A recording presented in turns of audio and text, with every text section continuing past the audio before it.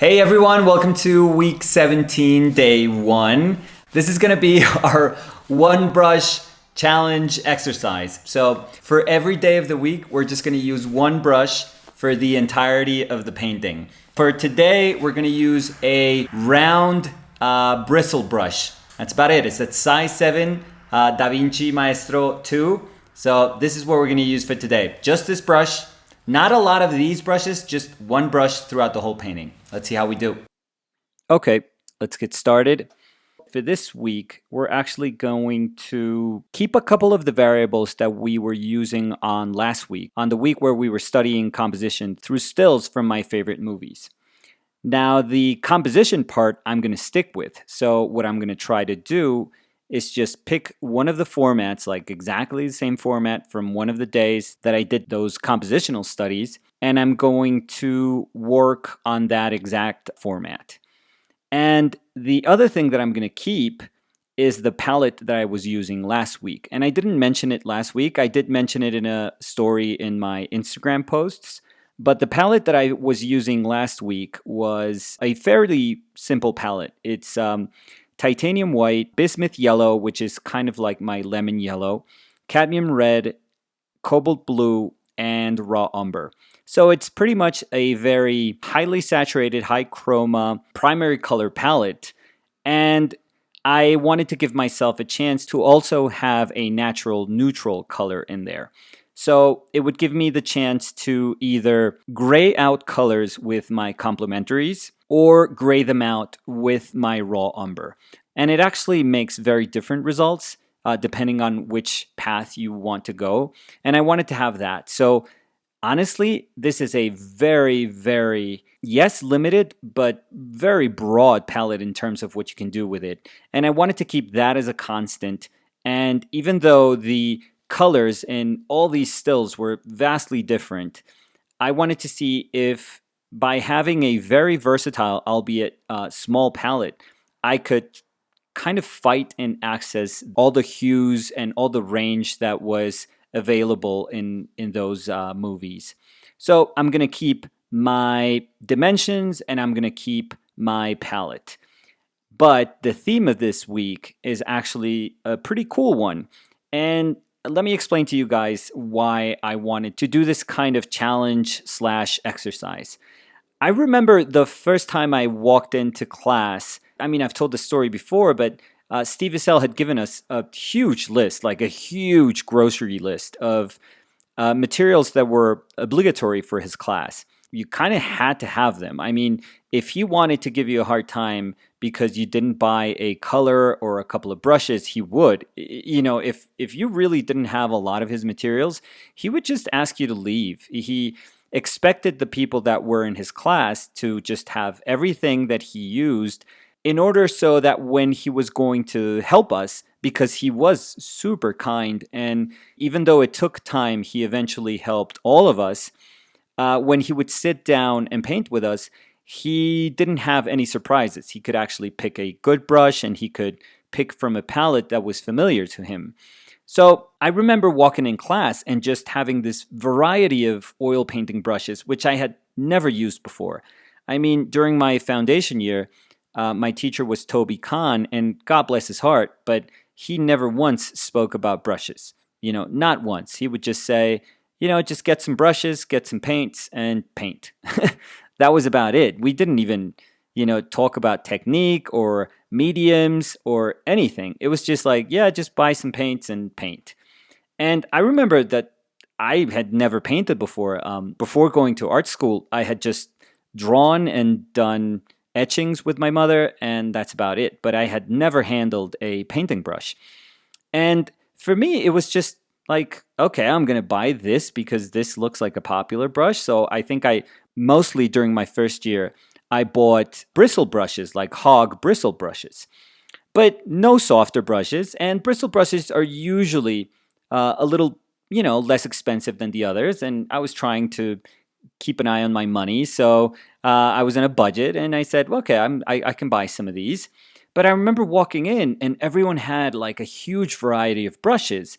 And, you know, these were over 30 people in class working at the same time. And it was a ton of like noise. I mean, well intended, but it was noise because you heard everyone just saying, oh, you need to buy these specific brushes in these specific shapes, and it has to be these brands and not those because those are crap, and you should always use larger brushes. Those are way too small, those are way too soft, or those are way too hard. I mean, you would hear everything from everyone. And the one thing I would see Steve do is he would have, very soft brushes for his shadows because, in essence, he is a very sculptural Baroque painter. Very, very much so, like 17th century painting. So his shadows were very, very thin. They were not really glazed, but they had a ton of medium. And what's weird about Steve's medium is that it's actually what, technically is a glazing medium because it does have a very thick oil, which is stand oil. It has Damar varnish, but it also has Venice terps, which is a balsam, and balsams are used in mediums so they level. So traditionally, these mediums would be used to create a very, very kind of thin, very even layer of paint. So he would use softer brushes for his shadow mask, and then he would lay in his paint initially with a big fan brush. I mean, even today, Steve has had an enormous fan brush just made specifically for him, constructed specifically for him, because he just loves to just pile the paint on the surface when he's blocking in a painting. And he really knows how to use that fan brush. And it's not just about softening edges, which is what most people use fan brushes for. Other people use it to make blades of grass, but, I die a little bit when I see people do that. We're not going to talk about that. But Steve uses it to just shovel paint on top of, whatever substrate he's using, either a board or a canvas. And the reason he would use that brush is because he would model constantly on the paint surface. That's a very, very tough way to paint. I actually haven't really seen anyone paint quite like Steve ever since I saw Steve paint for the first time. I think that's just the way he understands painting. And it's amazing. It's absolutely incredible. I honestly believe that it's just a feat in and of itself, and it's just a joy to see him almost acting like a sculpture, modeling this, this painted kind of blob and configuring it into a portrait. It's just absolutely masterful. But the only lesson to be learned from this is that he was the only person that could use this brush. Obviously, all of us who had Steve as our teacher, we bought the same stupid bristle fan brushes, and we all tried to flick our fan brushes in the same manner in which he did, but we never got the same results. It was just impossible because that's just how his brain worked. And I remember just when I came back home thinking that part of my purging of all this information, that it's not that it was bad, it's just that it belonged to either Steve Azella or Max or the stuff that David Soman would tell us. In that moment where I was purging all this information, I realized, well, I have to do the same thing with brushes. I have to actually start from zero and say, well, what am I going to use? Which brushes are going to actually be closer to the intent that I have when I paint? Which brushes or brush shapes or which softness or which types of hairs are actually going to enable me to come closer to what I want to say? And that one was tough because, as I've said many times before, the art market for materials here in Bogota is very limited. It's quite limited. And you can get stuff if you order it from the US, but it's very expensive. It's very, very expensive. Many times you have to pay for importing taxes, and that just makes, whatever you're paying for twice as much, sometimes 3 times as much. So, in all honesty, you always start to question if things are really worth that much money. And as with the stories I've told before, what I realized was like, I have to get used to just buying whatever brush I can. And even if it's not the best brush, I can't just yearn for better brushes. I can't just start believing that I would be a better painter if I had better brushes. I just have to make do with what I have. And I just started buying these very cheap, like Chinese bristle brushes that were usually either flat or filberts. And honestly, I thought they were fine. I thought they were perfectly fine. And I just got used to them. I just got used to the way they deposited paint and the shape of the brushstroke. And eventually, even those cheaper bristle brushes, we couldn't get those anymore, or we started getting here in Bogota like just a lower grade of those brushes. I mean, mind you, lower grade, they were about $1 a piece. I mean, they were as cheap as you can get. But nowadays, when I travel, when I do my workshops, I always visit an art store. It is like heaven for me, but like I've told before, it is also the most painful place to enter because when you look at the prices, you go like, oh my God, I just got paid. What am I going to waste all my money? All my workshop money is going to go on like materials. That's insane. So I usually buy just 1 or 2 or 3 brushes and I kind of treasure them. But the truth is that I just don't treat my brushes really well. And I've almost understood that brushes are kind of wasted on me because I do have a heavy-handed touch. And I don't really take care of them. I mean, I take care of them in the sense that I don't leave like paint to dry on my brush. I wash them every single day. I just have a heavy hand. But the purpose of this week is to show you guys that in reality, if it came down to that, we only need one brush. Now, what one brush would that be? Any brush. Any brush. So what I'm going to try to do this week is to use a different single brush for every day of the week. So for today, we start off with a round brush. It's a Vinci Maestro 2, number 7 brush. So for the size of this painting, this round brush would actually be, I guess, on the medium, not too large. I mean, I could have painted with a larger brush, but it would be on a medium sized for this size of a painting. It would be a nice brush to like block things in. To speak a little bit about brushes, just on the technical side, a brush has 3 parts. It has its bristles, which are the hairs. They could, be natural or synthetic. It has a ferrule that is holding on your hairs and that attaches to the handle. Now, what people don't actually realize is that metal ferrules were only adopted up until the 19th century. So we've only used what we understand to be our contemporary brush for only about over 100 years. So we have the bristles, the ferrule, and then the handle. It could either be a short handle if you're working close to your substrate, to your paper, board, or canvas, or it could be a long handle or an extra long handle like Sorolla painted with if you want to be distanced from your painting. In that way, you can actually evaluate the wholeness of your picture and you're not tempted into doing unnecessary detail at moments where you should be focusing on the bigger aspects of the image. So mine, like I said, is a hog bristle brush. Hog in the sense that, yes, it comes from hogs. It comes from pigs. They bleach the hair of white hogs, and that's what they use. I've always told people, if you don't want to use materials that come from animals, that's super respectable. I totally understand that. Just know that you're not going to be using hog bristle brushes. Okay, so bristle brushes would be a big no-no for you guys. There are alternatives today. They're not quite the same, but fear not. You can always have a ton of options, and there's tons of like fantastic brushes nowadays that can totally make up for the fact that you don't want to use animal products. Now, it has a rounded tip. So that rounded tip actually can either come to a point and be sharp, or it can be blunt also. The most amazing thing about natural hair brushes is that the hair at its tip actually splits into what are called flags, which are, if you want to envision this, just imagine like a miniature twig. So the hair is actually broken into 2 or 3 of these little twigs. And what that does is it just allows the brush to kind of hold a lot of paint and then apply it evenly.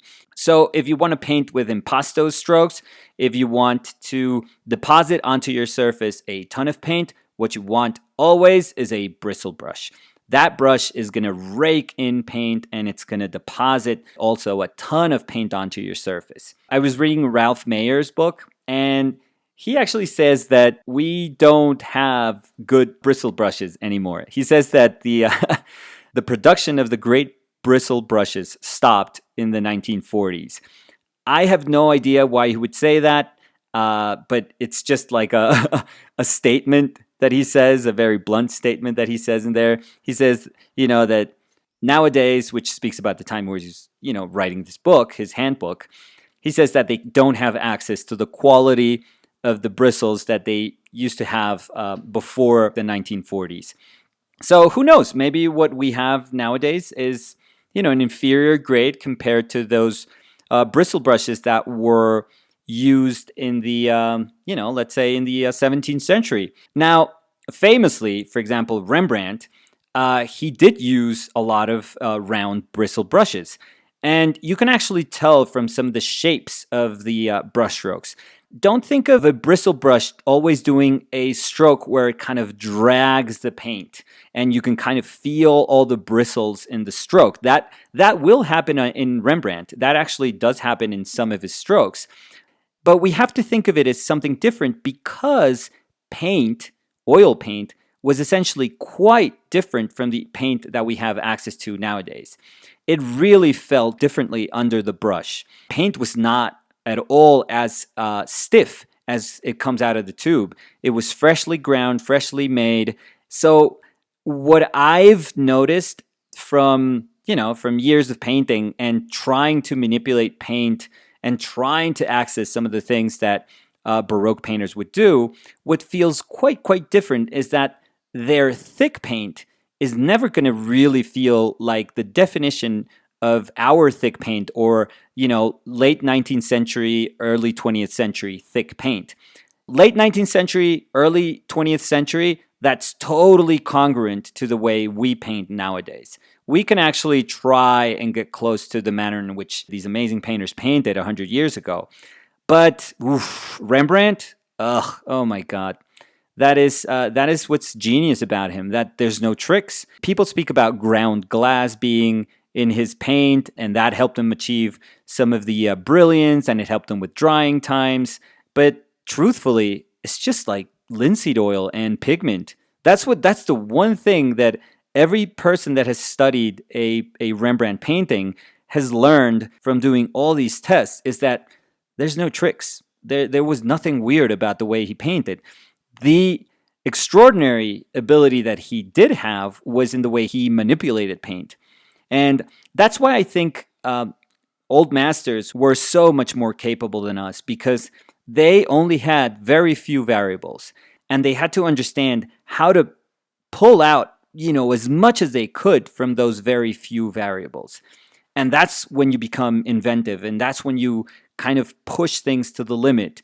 Nowadays, oh my God, we have tens of mediums, hundreds of paints, thousands of brushes, so many ways of preparing our substrates.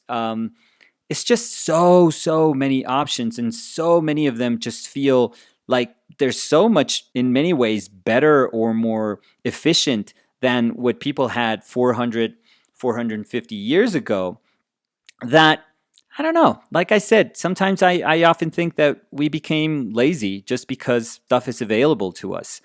So what I was trying to do during this week is to show you guys that, to show you guys and to actually show myself, because I very seldom do this, that all we need is a brush, a single brush. And what's cool about the way I've decided to paint, and this has been going on for years now, is that I don't really use solvent. I actually, when I clean my brush, I just wipe it with a paper towel. I wipe the excess off with a paper towel. Many times I'll take the excess off on my palette, so I'll just kind of dab my brush on my palette to take the excess paint off. And I guess that's kind of what makes my paints look like they do, which is that they're kind of grayish and somewhat muted, because I actually mix everything, yes, in my palette, but also in my brush, because my brushes are kind of constantly going to be dirty if you really think about it. So this was a test for me to kind of allow me to construct the paint in a somewhat orderly fashion, because I try to keep my brush as clean as I can, because as much as I can wipe off the excess paint in my brush, there's always going to be residues of oil paint in there, and it's always going to affect my mixtures in my palette and in my painting.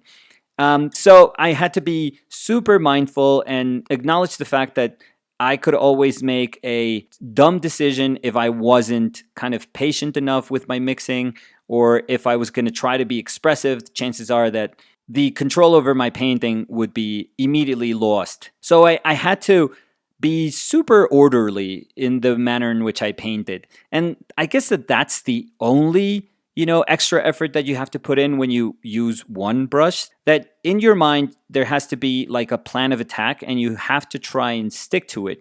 Because if you don't, the risk of ruining your painting is really quite high. So I tried to put very singular marks in this painting, and I tried to not kind of backpedal a lot. So the way I usually paint is I'll put something down, and if it doesn't work, I'll just kind of scrape it or move it around. I'll adjust with another mixture and another brush stroke on top. Like I don't really care much about the construction of my paint. I just kind of put more and more, or scrape and then put more and more. I don't know. It's kind of free flowing. But with this one, I realized, I can't do that. I can't do that because it's going to kick me in the ass if I'm not careful. So like I said, it is entirely possible to just say, I'm just going to use one brush. And of course you can paint with one brush. I mean, there's no reason why you wouldn't be able to just use one brush.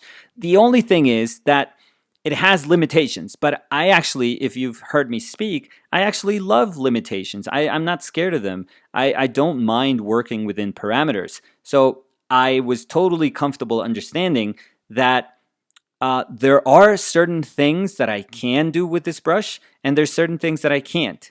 And, that's all there's to it. It's just accepting the things that I can do and trying to emphasize them, and trying to really kind of exalt those features while I'm painting. And then the things that I can't do, don't yearn for those. Don't be like, I'm going to see if I could manipulate this into kind of feeling as if it was a flat, or in kind of behaving as if it was a sable brush. No, of course not. It's not going to do that. It's a bristle brush.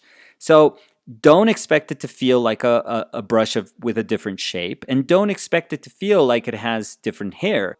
I think that's the most important lesson that's going to happen during all this week, is the fact that our materials, regardless of what they are, they have limitations, and they're meant to be used in very specific ways. And what we have to do is just embrace the possibilities that they're giving us, and then not expect them to do something that they can't. I always feel like it's a goal of mine to try and see how much I can do with very little. And this was a beautiful, challenging exercise. So thank you guys for hanging out. Remember, this is going to be the theme for the week, one brush. So tomorrow we're going to pick a different size brush with a different shape. Remember, we're still going to hold on to the dimensions and the palette that we had last week, and we're going to see how that goes. So thank you guys for hanging out. I'll see you tomorrow. Bye.